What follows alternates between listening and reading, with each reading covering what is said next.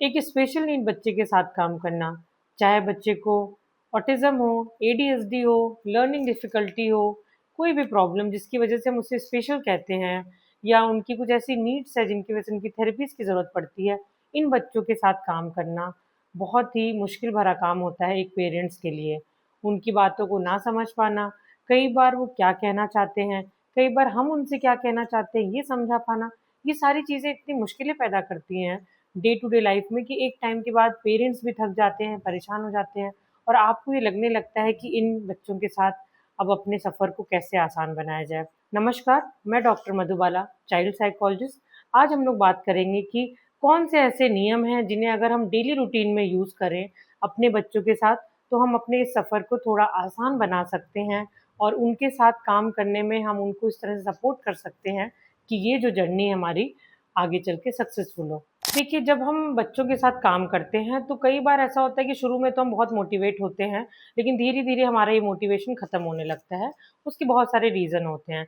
तो सबसे पहले उन चीज़ों को समझेंगे और फिर उन नियमों को समझेंगे जो मदद करते हैं हमें इस चीज़ को समझने के लिए कि हम अपनी जर्नी को कैसे डेली रूटीन में एक्सेप्ट कर सकते हैं। तो सबसे पहला काम आपको क्या करना है, एक्सेप्टेंस। एक्सेप्ट करिए, स्वीकार करिए कि आपके बच्चे की ये ज़रूरतें हैं, तो आप उसे दूसरे बच्चों के साथ कंपेयर नहीं कर सकते। जहाँ भी आपको ये ख़्याल आए कि मेरा बच्चा तो ये नहीं कर पा रहा, दूसरा बच्चा कर रहा है, वैसे ही आपको इन चीज़ों का लोड होने लगेगा, परेशान होने लगेंगे। इसलिए जैसा बच्चा है उसको वैसा ही एक्सेप्ट करें, चीज़ें उसके साथ हम और क्या कर सकते हैं, उन चीज़ों पे ध्यान दें। तो एक्सेप्टेंस सबसे पहला नियम है, जो आपको आज से ही फ़ॉलो करना है। दूसरा नियम ऑब्ज़र्वेशन, यानी कि अपने बच्चे को ऑब्ज़र्व करना। बच्चा कौन-सी सिचुएशन में असहज महसूस कर रहा है, उसको परेशानी हो रही है, किन लोगों से परेशान हो रहा है, किस सिचुएशन में वो किस तरह का व्यवहार कर रहा है। जैसे-जैसे आप इस व्यवहार को नोट करने लगेंगे, आपको बिहेवियर पैटर्न्स को समझना है और उसके लिए ज़रूरी है ऑब्ज़र्वेशन। क्योंकि कई बार ऐसा होता है कि हम सिर्फ़ चीज़ों को देख के तुरंत रिएक्ट करते हैं, बल्कि ये नहीं समझ पाते कि अगर बच्चा ऐसा रिस्पॉन्स कर रहा है, ऐसा बिहेवियर कर रहा है, तो उसके पीछे के कई कारण हो सकते हैं। तो दूसरा काम करना है आपको, हर उस बिहेवियर पैटर्न को ऑब्ज़र्व करिए जिसकी वजह से आपको लगता है कि बच्चे का व्यवहार अलग है या उसको जो हम माल अडैप्टिव बिहेवियर कहते हैं। तीसरा काम आपको क्या करना है रेगुलर बेसिस पे, रेगुलेट। रेगुलेशन बहुत ज़रूरी है, यानी कि जैसे ही बच्चा कुछ ऐसा बिहेवियर करता है जो आपको पसंद नहीं आता या आप नहीं चाहते हैं कि बच्चा करे, हम अगर बच्चा चिल्ला रहा है, कुछ टेंट्रम्स कर रहा है, तो हम उससे ज़्यादा आवाज़ में गुस्सा करेंगे, चिल्ला के उसको बताएँगे। तो सबसे पहले खुद को शांत रखना है। जब आप शांत होंगे और बच्चे को वो टाइम देंगे शांति से समझने के लिए, तो बच्चा भी आपसे कनेक्ट हो पाएगा। इसलिए अपनी जो सारे बिहेवियर हैं, अपना जो रिस्पॉन्सेज़ है, उनको रेगुलेट करना सबसे पहला काम है जो आप बच्चे के साथ काम करने से पहले आपको सीखना चाहिए। चौथा नियम कनेक्शन, यानी कि कनेक्ट होना। बच्चा रो रहा है, गुस्सा कर रहा है, चीख-चिल्ला रहा है, तो उस समय आपको शांति से, जो मैंने पहले बताया कि आपको रेगुलेट करना है, शांति से बच्चे को सबसे पहले गले लगाएँ और 5 मिनट तक सिर्फ़ गले लगा के उसको समझने की कोशिश करें। जैसे-जैसे बच्चा शांत होना शुरू करेगा, वो आपसे एक कनेक्शन बिल्ड करेगा। हो सकता है कि वो बिना बोले ये करे, लेकिन आपको वो टाइम बच्चे को देना है। तो कनेक्शन बहुत ज़रूरी है। कुछ भी उसको टोकने की बजाय, रोकने की बजाय सिर्फ़ शांति से गले लगाइए, 5 मिनट का टाइम दीजिए और ये कनेक्शन बिल्ड करेगा आपको आगे की जर्नी के लिए, उसको समझने के लिए। 5वां नियम होता है सपोर्ट करना। मतलब ये कोई ज़रूरी नहीं कि मैं जो आपको रूल बता रही हूँ वो उसी का आपको सीरीज़ में करने हैं या उसी नंबर के हिसाब से करने हैं। ये सारे जो रूल्स की बात हम कर रहे हैं, इसको डेली रूटीन में रोज़ डेली प्रैक्टिस करने की कोशिश करें। इतने के बाद भी अगर आप सपोर्ट नहीं करते बच्चे का, तो फिर से आपने जो जर्नी स्टार्ट की वो बीच में ही रुक जाती है क्योंकि हम फिर से डिमोटिवेट हो जाते हैं। समझ लीजिए आपने बच्चे को कोई नया काम सिखाया, कोई कुछ भी नई एक्टिविटी सिखाई और बच्चा उसको नहीं कर पाता, फ़ॉलो नहीं कर पा रहा है, उसको डिफ़िकल्टी आ रही है। तो जो मैंने 4 नियम पहले के बताए कि आपको उसको कनेक्ट करना है, रेगुलेट करना है, बच्चे के साथ वो कनेक्शन बिल्ड करना है, वो टाइम आउट उसको दीजिए ताकि वो क्यों ऐसा व्यवहार कर रहा है, उन उन चीज़ों को ऑब्ज़र्वेशन के थ्रू समझ पाएँ और सपोर्ट करेंगे, दूसरे बच्चे से कंपेयर नहीं करेंगे, तो जैसे-जैसे वो सपोर्ट आता जाएगा कि ठीक है, ये काम उससे नहीं हो रहा है तो हम उसको छोटे-छोटे हिस्सों में बाँटें। हो सकता है कि आपका कराने का तरीका उसको ना समझ में आ रहा हो, तो उन तरीकों को आप बदलें, तो आपको किसी भी हालत में बच्चे को सपोर्ट करना नहीं छोड़ना है। 6th रूल सिम्प्लीफाई करें। कोई भी काम सिखा रहे हैं तो उसको छोटे-छोटे जो मुश्किल काम है उनको पहले आप स्टेप वाइज़ सिखाना शुरू करें, जिसको हम टास्क एनालिसिस भी कहते हैं। जैसे कि हम बोल देते हैं जल्दी से तैयार हो जाओ या ये काम खत्म कर लो। बच्चों को जो स्पेक्ट्रम पे है स्पेशली, या जो उन बच्चों को कम्युनिकेशन डिफ़िकल्टीज़ है, ये बच्चे नहीं समझ पाते। बच्चा एडीएचडी का है, वो आपको समझ ही नहीं पाएगा क्योंकि आपने इंस्ट्रक्शन दिया, उसको प्रोसेस नहीं कर पा रहा है। तो आपको क्या करना है कि बच्चे को हर इंस्ट्रक्शन को छोटे-छोटे हिस्सों में बाँट के देना है। जैसे जूते पहनो की बजाय आपको बोलना है कि अपने जूते उठा के लाओ, उसको पैर में डालो, फिर लेसेस बाँधो। तो हर काम को आप एक ही किसी वर्क को अगर 5 छोटी चीज़ों में डिवाइड कर देंगे तो बच्चे को वो इंस्ट्रक्शन समझना आसान होगा। तो कोई भी टास्क आपको सिम्प्लीफाई करके उसको सिखाना है। 7th रूल, एनकरेज करना, बच्चे को प्रोत्साहन देना। बच्चे जो भी काम सीखते हैं या करते हैं, कई बार आप जैसा चाहते हैं वैसा नहीं करते। तो हम रिजल्ट की बजाय जो प्रोसेस है, जो वो सीख रहे हैं, जो उनकी प्रक्रिया है, उसको हम उसकी प्रशंसा करें कि हाँ, तुमने बहुत अच्छा किया, बहुत अच्छी कोशिश है, नेक्स्ट टाइम हम इसको ऐसे करेंगे, इससे ये और अच्छे से हो जाएगा। तो अगर बच्चा वर्बल होगा, आपकी बात समझता होगा तो ऐसे सुनेगा। बच्चा नॉन वर्बल है तो आप उसको फ्लैश कार्ड के थ्रू कोई भी जैसे स्टार दे सकते हैं। मतलब कुल मिला के आपको बच्चे को एनकरेज करना है ताकि वो मोटिवेट हो अच्छा बिहेवियर सीखने और करने के लिए भविष्य में। तो एनकरेजमेंट बहुत ज़रूरी है। जैसे हमें हर काम के लिए एनकरेजमेंट चाहिए होता है, अपनी कोशिशों का हमें कुछ प्रोत्साहन चाहिए होता है, वैसे ही बच्चा भी इन चीज़ों को समझ रहा होता है। 8th रूल, हर बच्चे की जो भी कोशिश है, उन हर कोशिशों को आपको सेलिब्रेट करना है। यानी कि बच्चा अगर कुछ भी अच्छा करता है, जो आज उसका अचीवमेंट है, तो उसको जो भी पसंद हो कि आप उसकी मनपसंद खाने की चीज़ बना सकते हैं। फैमिली के साथ उसको हम ज़्यादा टाइम दे सकते हैं बच्चे के साथ। कोई गेम है जो स्पेशली अगर उसने ये काम किया तो उसको खेलने के लिए दे सकते हैं।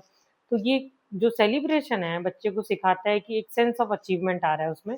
वो आगे की चीज़ों को करने के लिए उसके लिए मोटिवेशन उसका बढ़ता है, क्योंकि बिना एनकरेजमेंट और सेलिब्रेशन के कई बार उनको ये पता नहीं चलता कि मतलब एक रूटीन वर्क है इनके लिए। तो सेलिब्रेट करना चीज़ों को, जो उनके छोटे-छोटे स्टेप्स हैं, जो उनकी उपलब्धियाँ हैं, उसको डेली रूटीन में आप सेलिब्रेट करना सीखें या करें।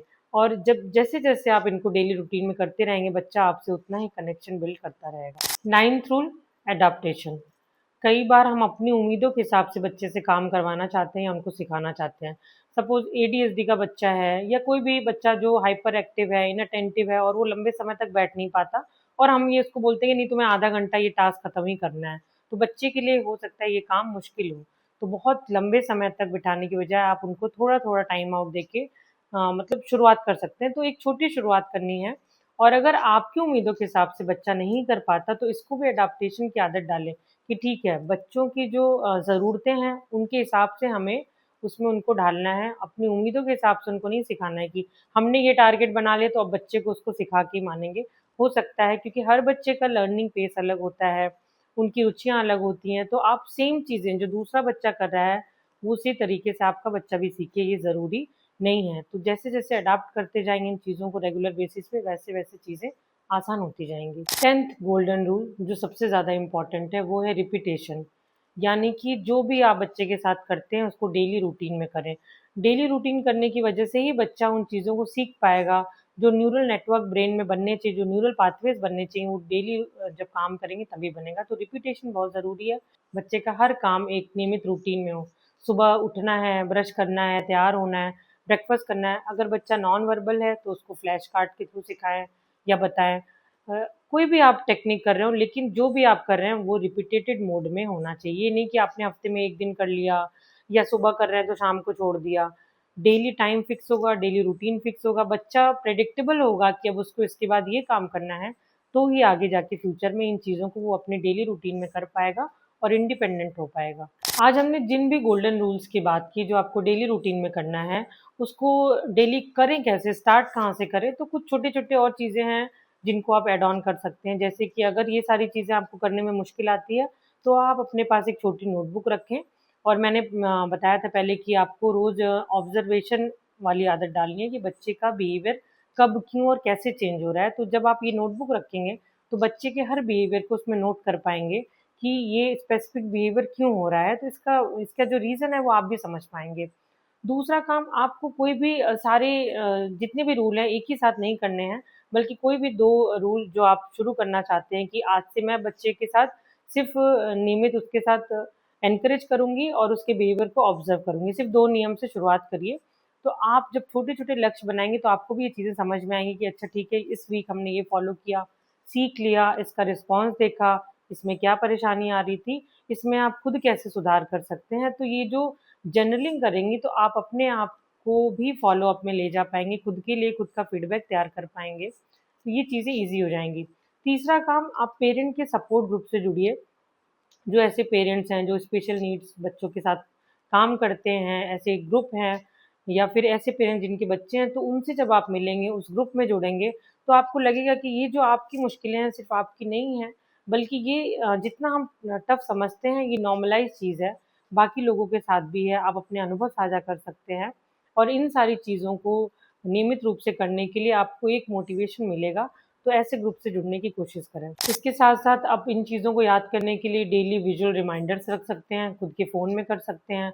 घर के हर कोने में जहाँ पे बच्चा जाता है, खेलता है, वहाँ भी आप विजुअल रिमाइंडर्स लगा सकते हैं, ताकि बच्चे को वो रूटीन याद रहे। तो जितनी बार मैंने कहा रिपिटेशन ज़रूरी है, रिपिटेशन आप किसी भी मोड में दे सकते हैं, चाहे वो विजुअली दे रहे हों, बोल के दे रहे हों और उसको चाहे नोट कर रहे हों। जो डेली रूटीन में ये सबसे अच्छी चीज़ होती है कि वो रिमाइंडर आपके और आपके बच्चे दोनों के पास रहे। इन सब के अलावा एक छोटा रिव्यू सेशन कर सकते हैं खुद के साथ, अपने जो भी साथ में केयर गिवर हैं, फादर के साथ, घर के और लोगों के साथ 5 मिनट, 10 मिनट, ये देखने के लिए कि बच्चा कब-कब इस तरह के बिहेवियर को करता है और हम कैसे इनको सुधार कर सकते हैं, किन चीज़ों को मोटिवेट कर सकते हैं, किन चीज़ों के लिए रिवॉर्ड दे सकते हैं। तो जब आप रेगुलर डिस्कशन करेंगे वीकली या जहाँ भी बच्चा जाता है वहाँ पे जाके, ये सारी चीज़ें आपकी इस जर्नी को आसान बना सकती हैं।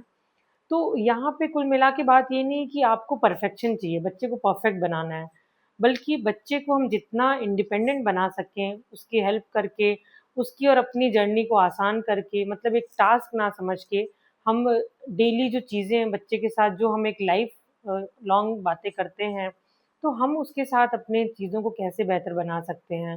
मतलब हर माँ-बाप चाहते हैं कि बच्चा उनको समझे, फ़ील करे, एक जो हमें बचपन की यादें होती हैं, वो एक अलग तरीके की होती हैं, तो इन सबको भी महसूस करने की ज़रूरत है। डेली रूटीन के चक्कर में हम इन सारी चीज़ों को भूल जाते हैं। तो इसीलिए जो ये सारी जर्नी है, उसको एक टास्क ना समझ के, उसको एक जीवन का अहम पहलू समझें और इन सब चीज़ों में, इन सफ़र में आपको जहाँ भी लगता है कि मुश्किलें आ रही हैं, तो आप कमेंट में करके कमेंट बॉक्स में मुझसे पूछ सकते हैं और मुझसे जुड़े रह सकते हैं। Thank you so much.